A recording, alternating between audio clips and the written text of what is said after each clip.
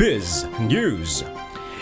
Sa ating business ngayong gabi, mas maraming oil firms nagtaas ng presyo, dagdag sa diesel, nasa double digits na.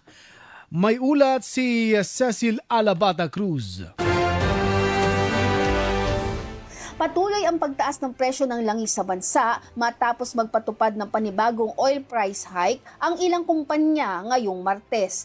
Pinakamalaki ang tinaas sa diesel na umabot hanggang 19.80 pesos kada litro, habang nasa 4.90 pesos hanggang 5.90 pesos naman ang dagdag sa gasolina. Apektado rin ang kerosene. Ito na ang ikalimang sunod na linggo ng pagtaas na iniuugnay sa tensyon sa pagitan ng US at Iran. Dahil dito inaasahang tataas pa ang pasahe, presyo ng bilihin at gastos ng mga negosyo.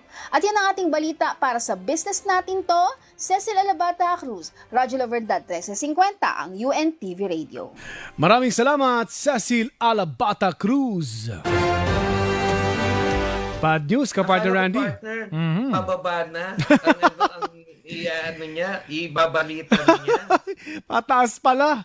Kaya nga kagabi, kapartner Randy, napumultang na rin daw. Naghanap ako ng konting pila kasi dito sa Commonwealth or part ng Quezon City, mga haba ng pila kasi medyo mura daw dyan eh.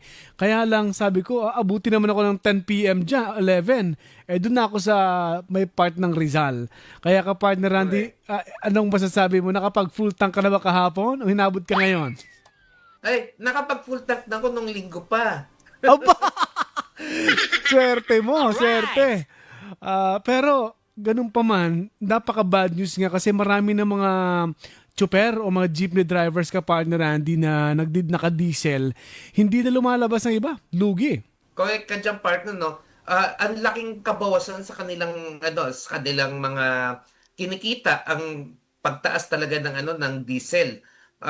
Actually kaming mga ang ginagamit ay gasolina, ramdam na ramdam natin. Mas lalo yung sa kanila kasi ito yung pinakapangunahing produkto na ito yung ginagamit nila sa pagmamasada nila. So napakalaking dagok talaga sa ating mga kasamahan natin sa transportation group. O kaya nga hirap din yung mga commuters kasi sila yung naghahatid.